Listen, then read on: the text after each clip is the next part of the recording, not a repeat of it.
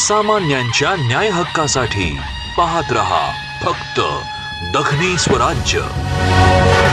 मराठवाडा साहित्य परिषदेच्या वतीनं प्रतिवर्षी भवरलाल अँड कांताबाई जैन फाउंडेशन जळगाव प्रायोजित 2 विशेष वाङ्मय पुरस्कार दिले जातात।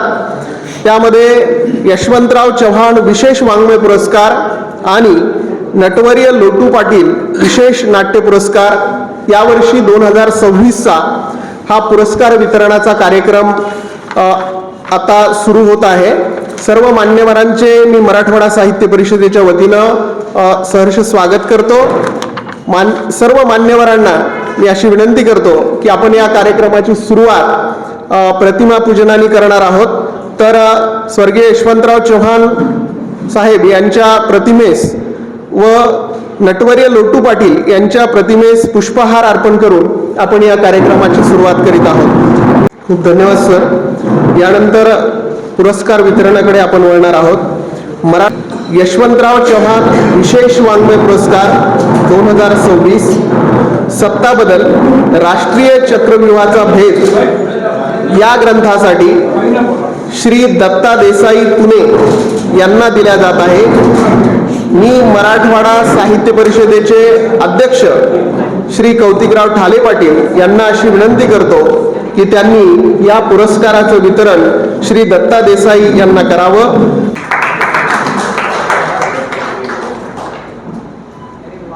पुरस्कार 2026 नाट्यलेखन व मराठी रंगभूमीवरील विशेष लक्षणीय कामगिरीसाठी आदरणीय ज्येष्ठकर्मी श्री अतुल पेठे यांना प्रदान करण्यात येत आहे।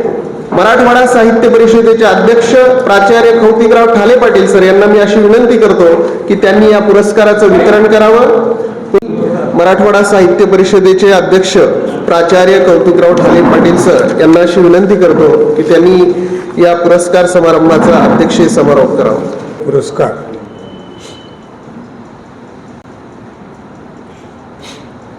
या पुरस्काराचं वितरण करण्यासाठी आपण या ठिकाणी सर्वजण जमलो होतो। मी फक्त सगळ्यांना मी सांगितलेलं होतं की नावं टाळा म्हणजे वेळ वाचेल आणि जास्त बोलता येईल तुम्हाला। मी फक्त 3 उल्लेख करतो। श्रीयुत दत्ता देसाई, श्रीयुत अतुल पेठे आणि नाट्य पुरस्कार जरी ग्रंथाला दिला जात नसला तरी त्यांच्या एका ग्रंथाचं प्रकाशन आणि देसाईंच्या ज्या ग्रंथाची पुरस्कारासाठी निवड झाली होती सत्ता बदल, ते दोन्हीचे प्रकाशक या समारंभासाठी विशेष खास उपस्थित आहे। ते आशिष पाटकर आणि व्यासपीठावरील आणि समोर आपण सर्व बंधू आणि भगिनी।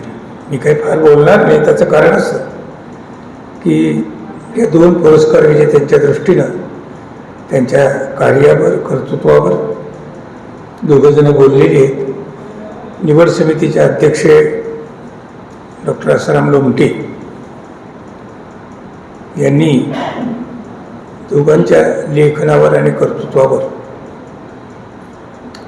कर्तृत्व लक्षात घेऊन या पुरस्कारासाठी या दोघांची निवड कशी केली या निमित्तानं पुष्कळ गोष्टी या ठिकाणी सांगितलेल्या आणि म्हणून मी बोलणार नाही। मला फक्त या आपल्या पाहुण्यांच्यासाठी आणि तुम्हा सगळ्यांच्यासाठी जे नवे असतील त्यांच्यासाठी सांगायचे की मराठवाडा साहित्य परिषदेला हे 2 पुरस्कार का सुरू करायचे वाटले, एवढंच मला या ठिकाणी सांगायचं आहे। मी अतुल पेठेंना असं सांगितलं होतं, ते म्हणाले मी 5:30ला येतो। म्हटलं तुम्ही 5:45ला आला तरी चालेल। त्यामुळं मी आणि देसाई खाली आम्ही बसलो होतो, बाकीचे लोक बसले होते आणि बोलत असताना असा एक उल्लेख मी केला की आम्ही उर्वरित महाराष्ट्राच्या निजामाच्या सत्तेखाली होतो आणि खूप गोष्टींना आम्ही वंचित होतो। हा इथला समाज जो आहे शिक्षणापासून तर फारच वंचित होता आणि म्हणून आम्ही उर्वरित महाराष्ट्रापेक्षा 100 वर्ष मागं होतो आणि आमच्या स्त्रिया 125 वर्ष मागं होत्या बाहेरच्या स्त्रियांच्यापेक्षा. असं एक वाक्य मी बोललो. यशवंतराव 56 जेव्हा मुख्यमंत्री झाले तोपर्यंत आम्ही निजामाची सत्ता गेलेली असली तरी सुद्धा त्या सत्तेच्या छत्रछायेखालीच होतो. आमचे गव्हर्नर हे निजामच होते आणि जुनं जे सगळं चालत आलेलं होतं तेच चालू होतं. 56 द्विभाषिक झाल्यानंतर यशवंतराव मुख्यमंत्री झाले. यशवंतरावांनी महाराष्ट्राचा दौरा केला, मराठवाड्याचा दौरा 57 केला. त्यांनी स्थिती पाहिली इथल्या समाज जीवनाची, इथल्या शिक्षण व्यवस्थेची, इथल्या चालीरीतींची, सगळ्या गोष्टींची त्यांनी स्थिती पाहिली. आणि हा समाज अजूनही या प्रदेशातला मराठी समाज किंवा या प्रदेशातला सगळाच समाज हा मध्ययुगीन मानसिकतेत आहे, त्याची जाणीव त्यांना प्रकर्षानं झाली असावी असा माझा स्वतःचा तर्क आहे. कारण या प्रदेशासाठी त्यांनी जे काही निर्णय घेतले ते निर्णय आमच्या दृष्टीनं महत्त्वाचे होते. आम्हाला विद्यापीठ दिलं. 100 वर्षांतर मी उदाहरण दिलं त्यांना की मुंबई विद्यापीठाची आम्ही 100 वर्ष मागावं त्याचं डोळ्याला दिसणारं उदाहरण तुम्हाला मी सांगतो की 1857 मुंबई विद्यापीठाची स्थापना झाली. त्यामध्ये सबंध कारवारपर्यंतचा सगळा भाग त्या विद्यापीठाच्या कार्यक्षेत्र त्या विद्यापीठाचं होतं. कारवारच्याही पुढे कर्नाटक आणि बहुतेक सगळा मराठवाडा सोडून सगळा महाराष्ट्र, विदर्भ इंग्रजी सत्तेखाली होता. त्यामुळे इंग्रजांमुळं काय नुकसान झालं तो विचार करण्यासारखा माझ्या दृष्टीनं मुद्दा नाही. आम्हाला काय मिळालं आमच्या समाजाला, महाराष्ट्रीय समाजाला, भारतीय समाजाला, हे माझ्या दृष्टीनं महत्त्वाचं आहे. ते आम्हाला मिळालेलं नव्हतं मराठवाड्याला. आणि त्यामुळं मध्ययुगीन मानसिकतेतून इथला समाज बाहेर पडलेला नव्हता, त्याची संधीच मिळालेली नव्हती. 652 वर्षे इथे यावनी सत्ता होतं आणि त्या सत्तेचे जे काही परिणाम हळूहळू होत गेले ते बंद झालेले होते. आणि म्हणून 125 वर्षे 100 वर्ष मागं होतो. या समाजाला वर उचललं पाहिजे असं यशवंतरावांना वाटलं. हे जे वर उचललं याला एक प्रतिष्ठा मिळवून द्यायला पाहिजे, याला जागरूक, याच्या ठिकाणी जाग यायला पाहिजे, याच्या ठिकाणी स्वत्व निर्माण करायला पाहिजे. म्हणून बापूसाहेब सोळंके यांची जी विवेकानंद शिक्षण संस्था आहे, या संस्थेनं मराठवाड्यामध्ये विद्यापीठ स्थापन झाल्या पाय पसरायला सुरुवात केली आणि आपली विद्यालयाचे प्रस्ताव विद्यापीठाकडे दिले. हे जेव्हा यशवंतरावांना कळलं तेव्हा यशवंतरावांनी बापूजीला बोलावून घेतलं मंत्रालयामध्ये. लोक अज्ञानात आहे, त्यांच्याजवळ नेतृत्व नाही, ते जागरूक होतील, ते त्यांची महाविद्यालय काढतील, त्यांच्यासाठी तुम्ही राहू द्या, तुमचा प्रस्ताव मागं घ्या. आणि म्हणून बीडला महाविद्यालय सुरू करण्यासाठी जो प्रस्ताव कोल्हापूरच्या बापूजी सोळंकेंनी दिला होता तो त्यांना मागं घ्यायला लागला. आणि मग इथल्या लोकांनी ती संस्था स्थापन करून तिथं महाविद्यालय काढलं. हे जे वर उचललं, हे जे स्वत्व निर्माण करणं, हे यशवंतरावांनी केलं.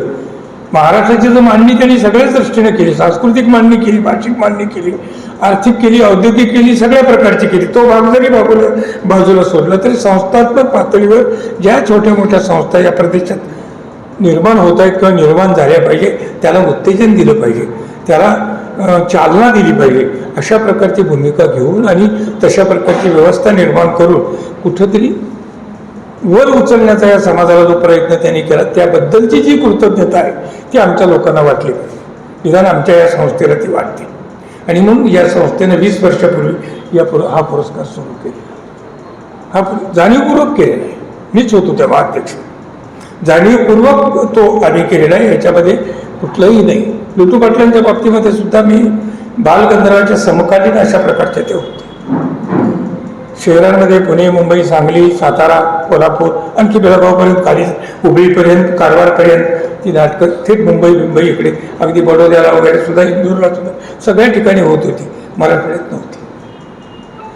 पण एक गोष्ट आपण लक्षात घेतली पाहिजे की लोटू पाटील आणि बालगंधर्व याचा कालखंड सारखा असला तरी फरक आहे दोघांच्या कामामध्ये. तो फरक मला मुद्दाम आपल्या लक्षात आणून द्यायचा आहे की पैसे घेऊन बालगंधर्व नाटकं करतात. आमचे लोटू पाटील स्वतःचे पैसे खर्च करून नाट्य चळवळ कशी उभी करता येईल असा प्रयत्न करत होते. हा मूलभूत फरक आहे. हा मूलभूत फरक आहे. याचा आम्हाला अभिमान वाटतो आणि म्हणून आम्हाला कुठेतरी वर सांस्कृतिक दृष्ट्या या समाजाला वर उचलण्याचा ज्या ज्या व्यक्तींनी प्रयत्न केला त्या व्यक्तींचं कार्य लक्षात आल्यानंतर आमची जी संस्था आहे अगदी तिच्या निर्मितीपासून, आता मी हे म्हणून नाही, तिच्या निर्मितीपासूनचे जे कार्यकर्ते ते सगळ्या कार्यकर्त्यांनी हे संबंध केलेले आणि म्हणून त्यांच्याबद्दलची जी कृतज्ञता आहे ती कृतज्ञता व्यक्त करणं एवढंच आमच्या हातात आहे. आजच्या लोकांच्या हातामध्ये तेवढंच आहे. जर ते जागरूक असतील तर, त्यांना ते कळत असेल तर, कळत नसेल तर आता पेशे बोलले त्याप्रमाणे सगळं आनंद सगळीकडे चालू आहे तसं इथंही तो चालूच नाही असं नाही. आणि मग त्यांना जर कळत असेल तर त्यांनी आपल्याला एक प्रकारची प्रतिष्ठा की आम्ही सुद्धा ही अतिशय विपन्न अशा प्रकारच्या स्थितीमध्ये आम्ही निर्माण केलेलं आहे ते लोकांच्यापर्यंत गेलं पाहिजे. महाराष्ट्राला कुठं माहिती आहे? बालगंधर्व माहिती आहे, बालगंधर्व माहिती आहे, पण लोटू पाटील कुठं माहिती आहे? महाराष्ट्राला लोटू पाटलांनी जे काम केलं ते कुठे महाराष्ट्राला माहिती आहे? आणि हे कसं जाणार? ही रघुनाथ कुठं माहिती आहे? 1950 मध्ये सगळीकडे स्वातंत्र्यानंतर अभ्यासक्रम विद्यापीठाचे तयार व्हायचे, त्यामध्ये मराठवाड्याचा लेखकच नसायचा. ठीक आहे, ज्ञानेश्वर असतील, पण ज्ञानेश्वर तुमच्याकडे निर्माण झालेलेच नाहीये. पहिली 400 वर्ष तुमच्याकडे काहीच निर्माण झालं नाही. सगळं आम्ही केलं, मराठवाड्यात झालं. पहिली 400 वर्षे लेखनाची 1200 पासून 1600 पर्यंत नाथांच्या पर्यंत तुमच्याकडे काही उर्वरित महाराष्ट्रात नाही. जे आमचं आहे ते तुमचं आहे, हे आम्ही तुम्हाला दिलेलं आहे. कारण हा मराठवाडा जरी असला तरी महाराष्ट्र जो आहे तो बृहन मराठवाडाच होता त्यावेळेला, असं चित्र होतं. आणि म्हणून नंतरच्या काळामध्ये तुम्हाला जे इंग्रजीचं आल्यामुळे, इंग्रजी शिक्षणामुळे आणि नियमित अशा प्रकारचं शिक्षण जे सुरू झालं सगळीकडे, जे इथं फार उशिरा झालं, त्याच्यामुळे तुम्हाला जे मिळालं. म्हणून आमच्याकडच्या लेखकांचा सहभाग, तुमच्याकडे लेखक मोठ्या प्रमाणात निर्माण झाले, आमच्याकडे नाही झाले. त्या काळात मधला काळच तसा होता की त्यात नाहीच झाले लेखक. कुठेतरी संधी काळामध्ये निजामी सत्ता संपत एखादा वीर रघुनाथ निर्माण झाला आणि गंगाधर वाडकर यांच्या तोडीचं लेखन करून सुद्धा कुठेही अभ्यासक्रमामध्ये कविता नाही, कुठेही अभ्यासक्रमामध्ये कथा नाही. वीर रघुनाथांची कथा नाही, वीर रघुनाथांची कविता नाही, वीर रघुनाथांची कादंबरी नाही. हे 3 वाङ्मय प्रकार, या वाङ्मय प्रकारामध्ये त्यांनी लेखन केलेले. असा तोला मोलाचा लेखक असताना सुद्धा जर लक्षात येत नाही, 50 पर्यंत लक्षात येत नाही, आणि म्हणून आमच्या पहिल्या पिढीतील जे कोणी असतील भगवंत देशमुखांचे सारखे त्यांना प्रयत्न करावे लागले, त्यांना पुस्तकं संपादित करावे लागले. पुन्हा नभाच्या लाल करा आणि एक कथांचं पुस्तक संपादित करून मग मौजेकडे दिल्यावर मग कुठंतरी मौजेला वाटलं, कोणीतरी सांगितलं नाही हे सुद्धा फार महत्वाचे. मग मौजेनं पुस्तक काढलं. मौज म्हणजे मौज प्रकाशन ग्रह, हे मला या ठिकाणी अभिप्रेत आहे. तर अशा अवस्थेमध्ये ज्यांनी कोणी आमची मान वर जाईल अशा पद्धतीचं विपन्न अवस्थेमध्ये काम केलं, त्यातले लोटू पाटील पैसे घेऊन ते काम करत होते. हे स्वतःचे पैसे खर्च करून रंगभूमी उभी करत होते. नाटकाच्या भाषेमध्ये एकेकाळी, म्हणजे तुमच्या आधीच्या काळामध्ये नाईट द्यायची पात्रांना, नाईट.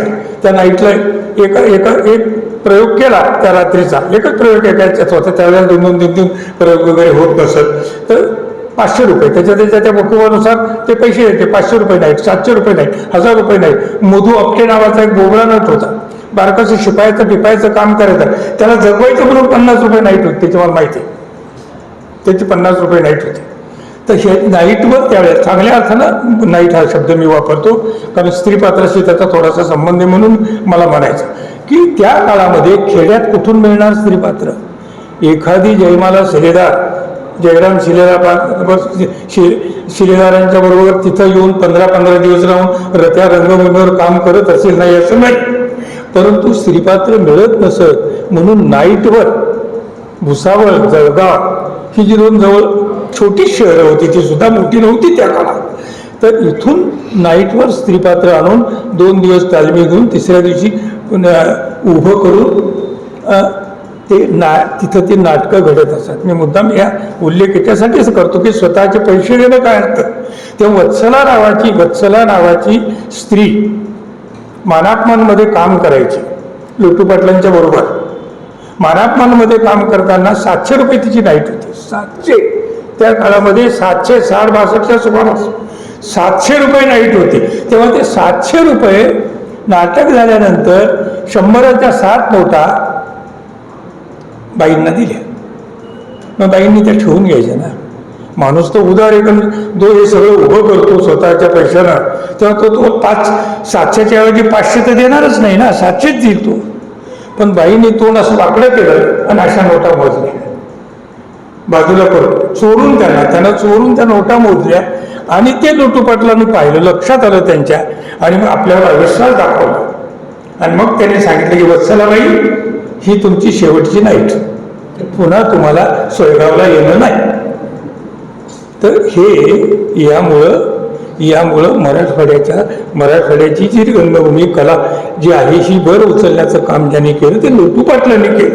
आणि म्हणून त्याबद्दलची कृतज्ञता महाराष्ट्राला माहीत करून देण्यासाठी आपल्याला हे केलं पाहिजे, या संस्थेला हे केलं पाहिजे. म्हणून लोटू पाटलांचे वडील रामजी पाटील यांनी स्थापन केलेली जी रंगभूमी आमच्या डॉक्टर गोरेंनी 1 वर्ष जरा आधी जास्तीचं घेतलं, 1905 मध्ये ती स्थापन केली होती. 5 मध्ये स्थापन केलेली होती आणि 2005 मध्ये ती शताब्दीचा शेवटचा कार्यक्रम मराठवाडा साहित्य परिषदेने इथं घेतलेला होता. इथं समारोप केलेला होता आणि जयमालाबाई आणि त्यांची मुलगी यांना आम्ही निमंत्रित करून ती सांगता त्या वर्षाची त्या रंगभूमीची आम्ही इथं केलेली होती. तिथं मी जाहीर केला तो की आम्ही ही आठवण त्यांच्या स्मृती खातर त्यांच्या नावाचा पुरस्कार इथं देणार आहोत. आणि मग 5 मध्ये ती घोषणा केली आणि 6 पासून आम्ही ते पुरस्कार सुरू केले. आता 21वा पुरस्कार यशवंतरावांच्या नावाचा 20वा पुरस्कार आज आपण या ठिकाणी प्रदान केला. मी दोन्ही पुरस्कार त्यांचे मनपूर्वक अभिनंदन करतो आणि त्यांनी आमचे पुरस्कार स्वीकारले याबद्दलचा आनंद व्यक्त करतो. कारण आनंद व्यक्त याच्यासाठी करतो की अतुल पेठे हे इतके कामात आमच्या शिंदेने उल्लेख केला की सतत त्यांचं काही ना काही झालेलं असतं. आणि म्हणून मी देसाईंना फोन, मला भीती होती देसाईची की देसाई स्वीकारायला पुरस्कार स्वीकारते. देसाई एकदा आमच्याकडे चर्चासत्रात येऊन गेलेले होते, आमची ओळख होती नाही असं नाही. म्हणून पण देसाईचा फोन झटकन लागला. मी त्यांच्याशी बोललो, सविस्तर नीट समजावून सांगितलं. त्याने आनंद व्यक्त केला की ठीक आहे, मी येतो, मी स्वीकारतो. कारण हे संमती का घ्यावी लागते. समजा मी तसेच जाहीर केले आणि पेठी मिळाली, तुम्हाला कोणी सांगितलं मलाही घ्यायचं ना, मग मी काय करायचं नंतर. म्हणून ही संमती घेणं आवश्यक असल्यामुळं आणि मग मी पेठेंना फोन लावायचो, पेठे फोनच उचले ना. मी परेशान झालो, मी देसाईला पुन्हा फोन केला की तुमच्याबरोबर आणखी एक पुरस्कार आहे असा आणि तो आम्ही यशवंतरावांच्या जन्मदिवशी देतो, कारण त्यांच्याबद्दलची कृतज्ञता आम्हाला वाटते, त्या दिवशीच तो आम्ही देतो. पण तेवढ्या पेठी तर माझे संबंध आहे, ओळख आमचे चांगले संबंध. मग मी बोलू का त्यांना, पण म्हटलं माझ्या वतीनं तुम्ही कसं बोलला, त्यांना एवढंच सांगा तुम्ही की माझा फोन उचला. मग त्यांनी बाईंना फोन केला बहुतेक, किंवा बाईंनी घेतला तो फोन आणि नंतर मग बाईंना मी म्हटलं मला बोलायला राव, मला असं आहे. मग त्यांनी मला फोन केला. मग त्यांनी मला संमती दिल्याबद्दल त्या दोघांचे मी मनपूर्वक आभार मानतो आणि पुरस्कार स्वीकारल्याबद्दल आभार मानतो. सर्वप्रथम यशवंतराव चव्हाण पुरस्कार ज्यांच्या लेखन ग्रंथाला सन्मानपूर्वक प्रदान करण्यात आला ते माननीय दत्ता देसाई यांनी सपत्नीक उपस्थित राहून हा पुरस्कार स्वीकारला, आपले मनोगत व्यक्त केले, त्यासाठी परिषदेच्या वतीने मी त्यांचे आभार व्यक्त करतो. त्यानंतर नटवर्य लोटू पाटील विशेष नाट्य पुरस्कार ज्येष्ठ रंगकर्मी माननीय अतुल पेठे यांनी देखील सपत्नीक उपस्थित राहून हा पुरस्कार स्वीकारला आणि आपल्या सर्वांना अस्वस्थ करणारं आपलं मनोगत या ठिकाणी व्यक्त केलं, त्यासाठी परिषदेच्या वतीने मी त्यांचे आभार व्यक्त करतो. सामान्यांच्या न्याय हक्कासाठी पाहत रहा फक्त दखनी स्वराज्य.